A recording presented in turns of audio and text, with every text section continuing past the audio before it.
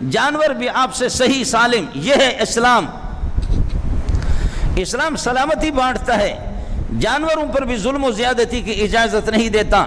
اونٹ آ کر کے میرے نبی کے قدموں میں اپنا سر ڈالتا ہے، اس طریقے پر روتا ہے، کہتا ہے میرے مالک کو تو بلاؤ، میں اگر 4 بوریاں اٹھا سکتا ہوں تو وہ مجھے کھلاتا بھی نہیں ہے، پلاتا بھی نہیں ہے، 6 7 بوریاں مجھ پہ رکھتا ہے. میرا نبی فرماتا ہے کہ کس نے اس کو ستایا ہے، کس نے اس کو ستایا؟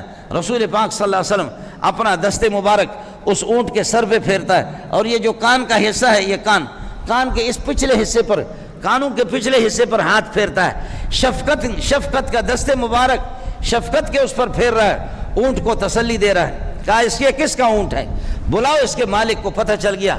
صحابہ نے اس کے مالک کو بلایا، بلا کر کے فرمایا انک تدعیہ وتجیہ، انک تجیہ وتدعیہ، تو اس کو تھکاتا ہے، اس کو بھوکا بھی رکھتا ہے، اس کو پیاسا بھی رکھتا، خدا کا خوف کر لے. تیرا اونٹ آ کر کے مجھ سے شکایت کر رہا. ابو داؤد جلد ثانی کی حدیث ہے. انک تدعیہ وتجیہ، تو اس کو تھکاتا ہے. ہمارے مذہب میں جانور بھی صحیح سالم. میرا نبی فرماتے ہیں بکری کو بکریوں کے سامنے ذبح نہ کرو، گائے کو گائے کے سامنے ذبح نہ کرو. جانوروں کو اگر آپ کو قربان کرنا ہے، الگ کوششیں ہونی چاہیے، الگ الگ کر کے ان کو ذبح کر دو. ایک جانور کو آپ اس کے سامنے دوسرے جانوروں کے سامنے ذبح کر رہے ہیں، ان کا ہوگا کیا؟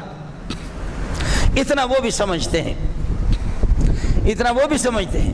بکری کے بچے کو آپ اس کے سامنے ذبح کر رہے ہیں، بکری کے بچے کے سامنے بکری کو ذبح کر رہے ہیں، اور بکریوں کے سامنے بکری کو ذبح کر رہے ہیں، گائے کے سامنے گائے کو ذبح کر رہے ہیں.